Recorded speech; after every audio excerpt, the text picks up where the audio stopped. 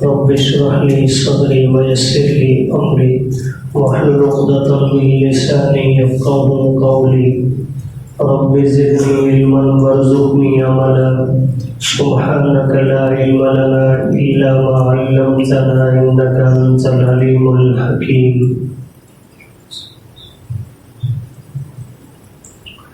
فإذا لقيتم الذين كفروا، پس جب تمہارا سامنا ہو ان لوگوں سے جنہوں نے کفر کیا، فضرب الرقاب، تو بس گردنیں مار دینا ہے، حتی اذا اثخنتموہم، یہاں تک کہ جب تم خون بہا لو اچھی طرح، فشدوا الوثاق، تو بس باندھ لو مضبوطی سے، فَإِمَّا مَنًّا بَعْدُ، پھر یا تو احسان کرنا ہے اس کے بعد، وَإِمَّا فِدَاءً، اور یا فدیہ لینا ہے، حَتَّى تَضَعَ الْحَرْبُ أَوْزَارَهَا، یہاں تک کہ رکھ دے جنگ اپنے ہتھیار، ذَلِكَ، یہ تم نے سن لیا، وَلَوْ يَشَاءُ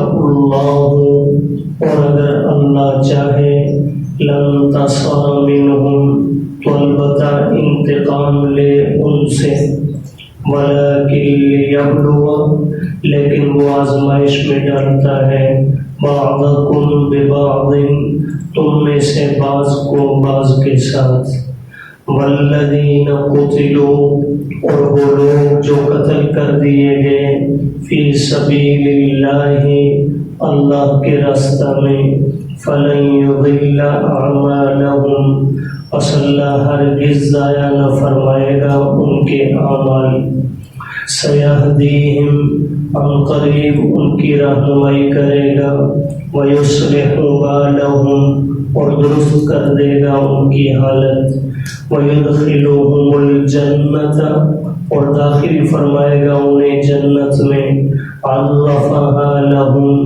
جس کی پہچان کروا دی اس نے انہیں۔ سورہ محمد کی ابتدائی 3 آیات کل کے درس میں آپ سماعت فرما چکے ہیں، اور اس سورہ مبارکہ کے نام کے حوالے سے آپ کے سامنے یہ بات آ چکی ہے کہ اس کا ایک نام سورہ محمد ہے اور ایک نام سورہ قتال ہے، چونکہ اللہ نے مدنی زندگی کے اندر پہلے اجمالاً قتال کا حکم دیا اور پھر تفصیلاً احکام نازل فرمائے، تو اجمالی حکم اس سورہ مبارکہ کے اندر موجود ہے۔ تو آج کی آیات یہ قتال ہی سے متعلق ہیں۔ اب پہلی چیز یہ ذہن میں رہے کہ دین لڑائی کو پسند نہیں کرتا، جنگ کو دین کبھی بھی پسند نہیں کرتا، دین اسلام سلامتی کا دین ہے اور سلامتی ہی مطلوب ہوتی ہے۔ کبھی بھی دین اس بات کی آپ کو اجازت نہیں دیتا کہ اپنے گھر میں آرام سکون سے رہنے والے کافر کے گھر پہ آپ جا کر حملہ کر دیں اور انہیں نقصان پہنچائیں، دین اس کی اجازت نہیں دیتا۔ لا اکراہ فی الدین، یہی مطلب ہے کہ دین کافر پر زبردستی کرنے کی آپ کو اجازت نہیں دیتا کہ آپ تلوار کے زور پہ اسے اسلام میں داخل کریں۔ اسی لیے نبی کریم صلی اللہ علیہ وسلم نے حدیث مبارکہ میں ارشاد فرمایا کہ اللہ سے جنگ کبھی بھی نہیں مانگے۔ بسا اوقات آج کل کے حالات میں غزوہ ہند کا لوگ مطالعہ کرتے ہیں تو اس کے بعد کبھی کبھی اپنی تمنا کا اظہار کر رہے ہوتے ہیں، کاش ہماری زندگی میں غزوہ ہند ہو جائے، چونکہ اس میں وہی پرانے قرن اول کی جو ساری صورتیں ہیں وہ واپس لوٹیں گی، وہ غلام اور باغیوں کا سلسلہ بھی ہوگا۔ تو کبھی کبھی اہل علم کی زبان پر بھی یہ الفاظ سننے کو ملتے ہیں کہ کاش غزوہ ہند ہماری زندگی میں آئے کہ ہمیں بھی وہ باندیوں کا دور دیکھنے کو ملے۔ تو یاد رہے جنگ کا کبھی بھی جو ہے وہ جنگ کو طلب نہیں کرنا، جنگ کی تمنا نہیں کرنی۔ نبی کریم صلی اللہ علیہ وسلم نے فرمایا سَلُ اللَّهَ الْعَافِيَةَ، اللہ سے ہمیشہ عافیت مانگو، اور ایک دعا جو اکثر ہم نماز کے بعد بھی پڑھتے ہیں، یہ آپ علیہ الصلوۃ والسلام کی ان دعاؤں میں سے ہے جنہیں آپ کثرت سے مانگا کرتے تھے۔ اللہم انی اسألک العفو والعافیۃ فی الدنیا والآخرہ، اے اللہ تجھ سے معافی بھی مانگتا ہوں اور عافیت بھی مانگتا ہوں دنیا اور آخرت دونوں میں۔ تو اس لیے اللہ سے ہمیشہ عافیت مانگنی ہے، جنگ کبھی نہیں۔ لیکن جنگ آ جائے، دشمن کی طرف سے جو ہے مسلط کر دی جائے، پھر دین کیا کہتا ہے؟ پھر دین یہ نہیں کہتا کہ دروازے کو کنڈی لگا کے اندر بیٹھ جائیں کہ ہم تو مصلحت پسند ہیں، ہمیں جنگ اچھی نہیں لگتی۔ پھر جناب جو ہے کہہ دیں یہ فوج جانے، مجاہدین جانے، ان کا کام ہے، جی ہمارا کیا کام ہے اس سے؟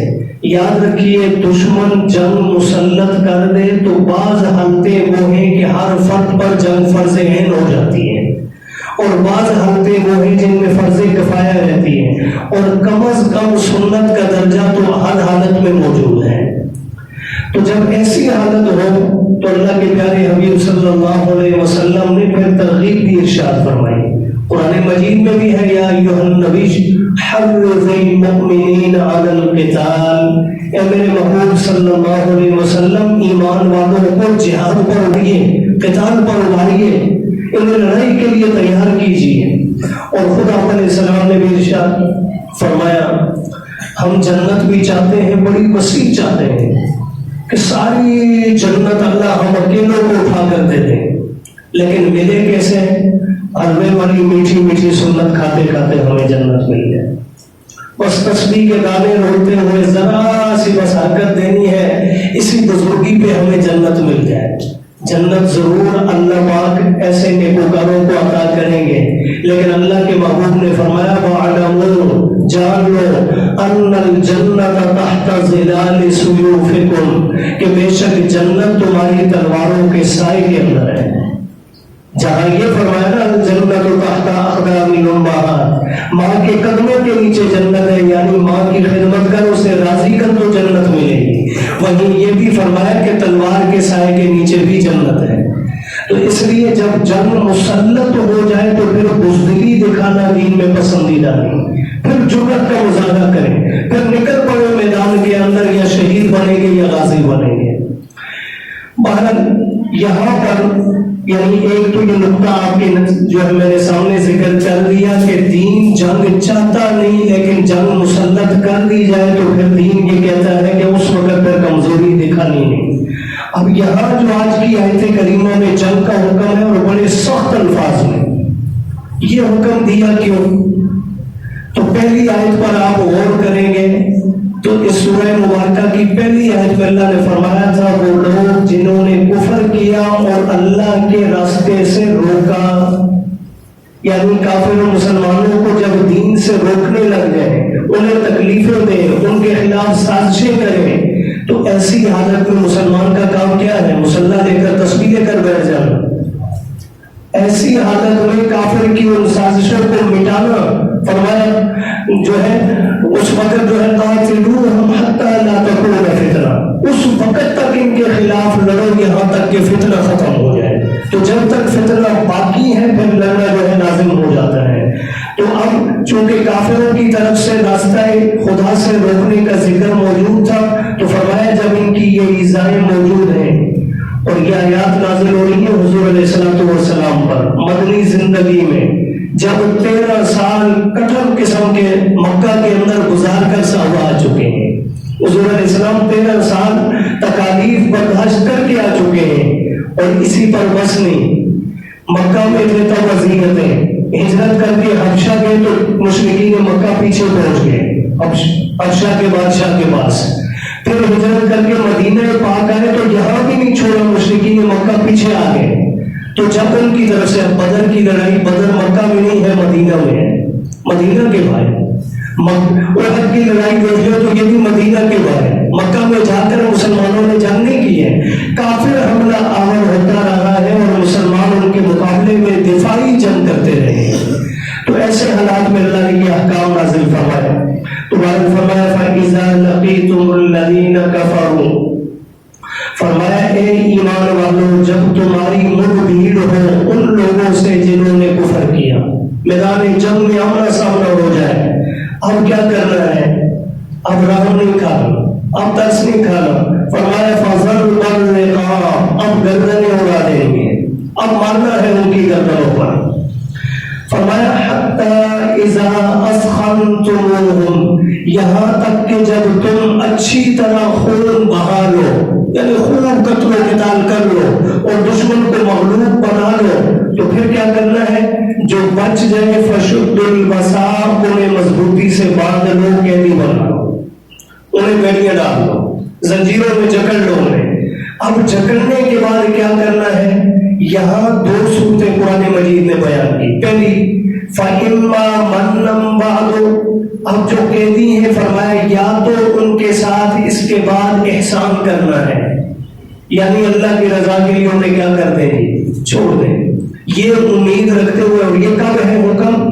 کہ جب آپ کو امید ہو کہ یہ شخص اسلام سے اور ہمارے اس حسن اخلاق سے متاثر ہو کر جا کر اسلام قبول بھی کرے گا اور دوسروں کے لیے بھی دین کی دعوت کا سبب بنے گا، تو ایسی حالت میں حکم یہ ہے کہ انہیں چھوڑ دیں۔ یا بچوں اور بزرگوں کے متعلق یہ ہے کہ انہیں کیا کر دیں جی؟ چھوڑ دیں۔ تو فرمایا ایک صورت تو یہ ہے کہ ان کے ساتھ احسان کرو، اس کے بعد یعنی انہیں آزاد کر دو۔